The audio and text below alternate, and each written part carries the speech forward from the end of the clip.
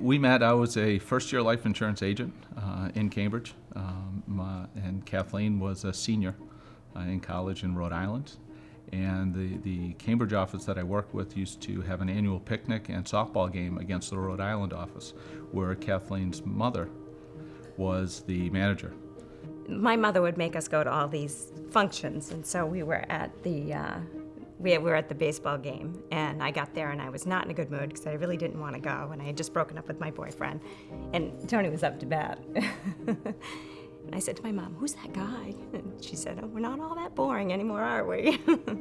And we met that day, went out that night, and the rest is history. So I'm the rebound guy.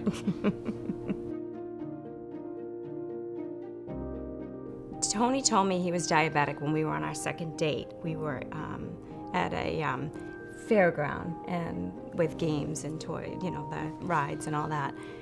And we were walking by a cotton candy booth, and I said, "Oh, I love cotton candy." And he said, "Well, I can't have it because I'm diabetic."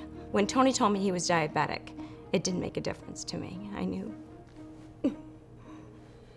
Yes, Kathleen was not concerned at all about having children, and I wanted to have children, but I was very concerned. I just didn't want to pass this on. We never really had the conversation of whether or not we would have kids because of the concern that one of them might be diabetic. I think that we just knew that we wanted to be together forever. It's amazing. The birth of your child is just one of the most amazing events that can possibly happen in your life.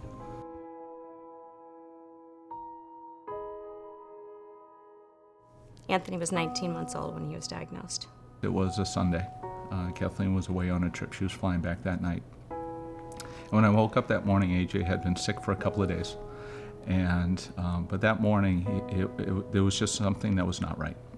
My mother-in-law and I were going to take Danielle and Anthony to Disney on Ice. And I told my mother-in-law to just go with Danielle, and I was going to stay home with Anthony. I brought AJ downstairs. I got my test kit.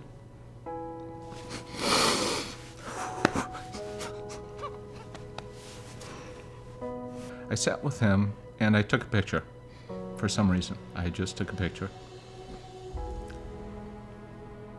Then I gave him a test, and the meter counted down 5, 4, 3, 2.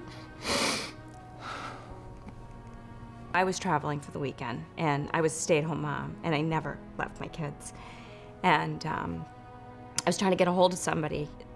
Tony wasn't answering the phone. I thought that was very strange. And then when I landed, I had messages from my mother. And my mother was at the airport, and she picked me up, and she said, "Anthony's very sick."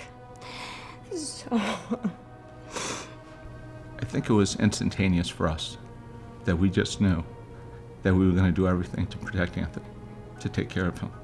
For a child, they have such a hard time communicating. You can't explain to him why he's getting 5 shots a day, or that he has to sit and eat right now, or if you're on a play date and there's food there and all of a sudden everything has to stop so that an insulin shot can be given. It's hard for a parent to understand. It's impossible for a 2-year-old to understand. I'm not sure if we slept for the first 5 years after Anthony was diagnosed. Our 2 o'clock blood tests were every single night. And it's funny because even when we traveled and we were in different time zones, to this day I still wake up at 2 o'clock in the morning.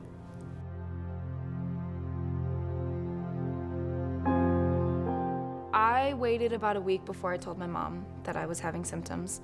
I was eating a lot less than normal. I was drinking a lot, and then I was going to the bathroom a lot. But of course, drinking and using the bathroom, it goes hand in hand, so I didn't really think too much about it. But as soon as I would wake up in the middle of the night to use the bathroom, I was like, okay, something's not right. And so I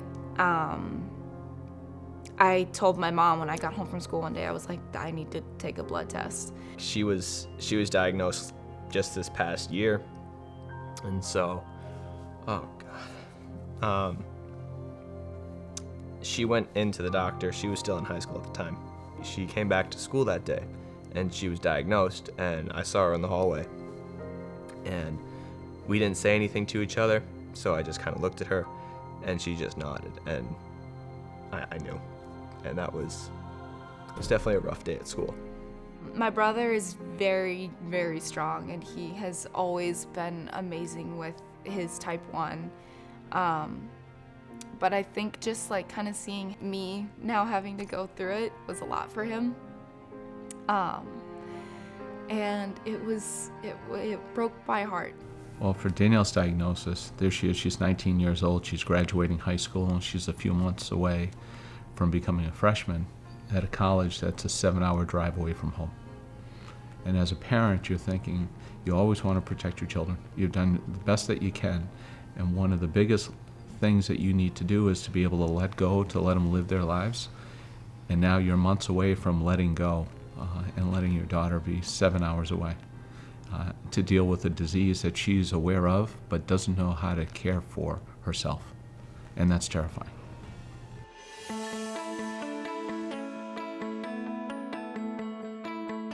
We first became involved with JDRF after Anthony's diagnosis. We did the very first walk that first year. Our team name was AJ's All-Stars.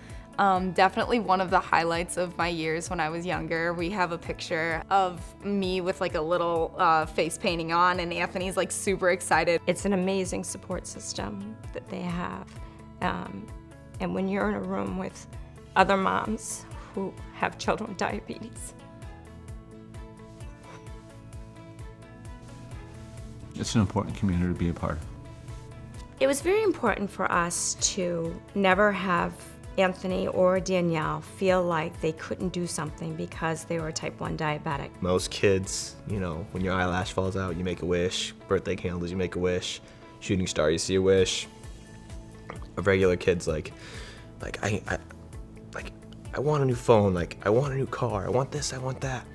But every single one of my wishes has always been the exact same thing, and it's that I want a cure.